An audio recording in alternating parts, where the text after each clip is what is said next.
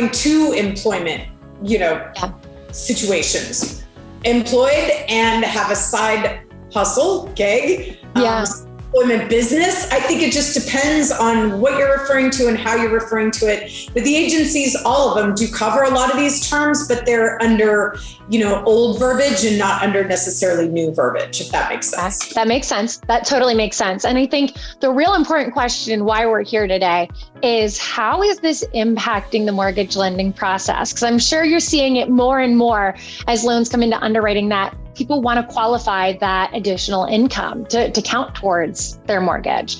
So how are you seeing this making an impact? We're seeing it, but we're seeing it with borrowers who are just like starting out.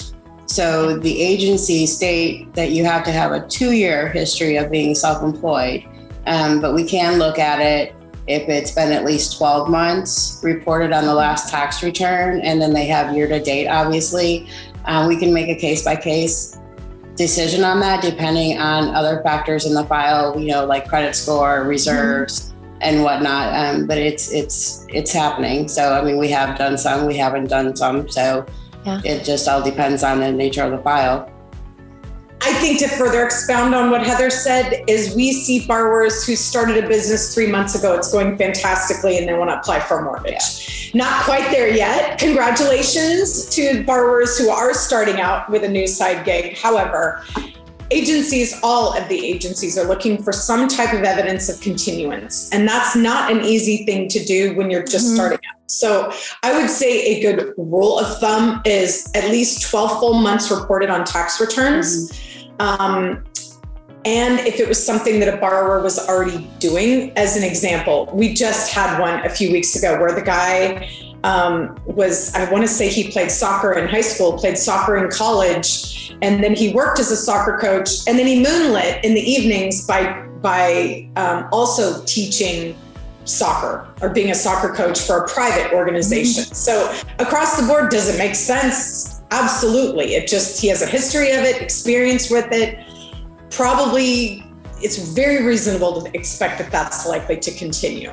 But I think somebody who's an engineer and then driving for Uber, we're going to need what they're already doing for their main gig.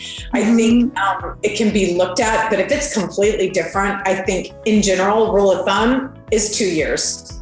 So does that 2-year standard also apply when we're talking about business owners, independent contractors, individuals that their full-time job is this self-employed status? Yes.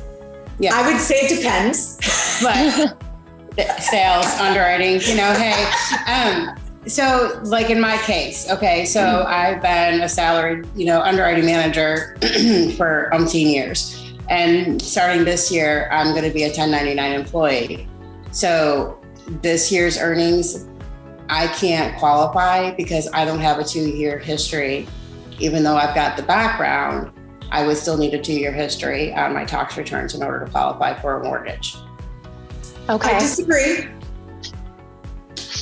Okay. And why do you disagree, Jill? Because in Heather's case, she's been an underwriting manager covering underwriting risk. That's even a deeper dive than you do in processing. And I would say, especially if it was for like a VA loan. VA loan actually allows less than 2 years, and in some cases, even less than 1 year. Ways beyond, having that 2-year history, and how can lenders help those borrowers qualify? So a good example would be going back to Heather has the history.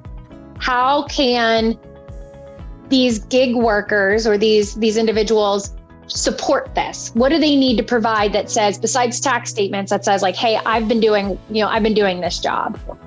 Is there anything else that they can provide? So I know we're talking about this vetting process, but I'm thinking back to our previous conversation, Jill, where we have the undisclosed liabilities, or we come up with a VOE that, hey, we went to go re-verify your employment, and guess what? You don't have employment. So are there situations that arise like that with some of these gig workers? Yes, it's across the board. It's truly across the board. It doesn't matter what kind of job you have, income you have, it's across the board. I actually think though for these gig workers, because normally, like let's just say a seasonal worker, seasonal worker, I just had somebody have this where it was right before Fannie Mae reverted to their pre-COVID VVOE requirements. Okay. But during the COVID VVOE requirements, we had to document that the business was still in existence and that, so this particular guy works as a 1099 independent contractor for touring bands. Well, in the wintertime, touring bands are not necessarily active touring. Right.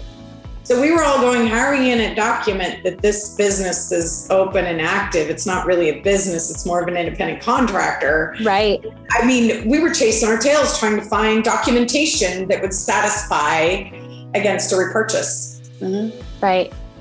So how did you end up qualifying that? In that case, the borrowers, the administrator of the tours, actually wrote a very good letter that he does it every year for these 3 bands, and bands were pretty cool too, I have to say. He was like, he tours with these 3 bands, and this is the expected tour schedule so far for next year, and this is likely to continue. Just need to make sure that when we're communicating with the borrower, we're letting them know the why.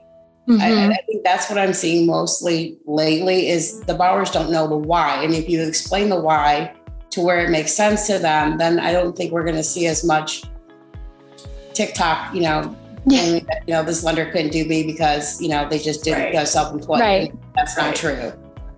Right.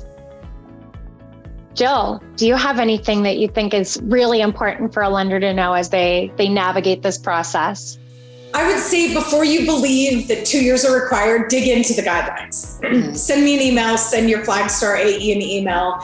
We actually did, after starting to talk about this, we started kind of a columned worksheet that shows if, this, then. And I do think that too often borrowers are told no because they don't have a flat 2 years. 2 years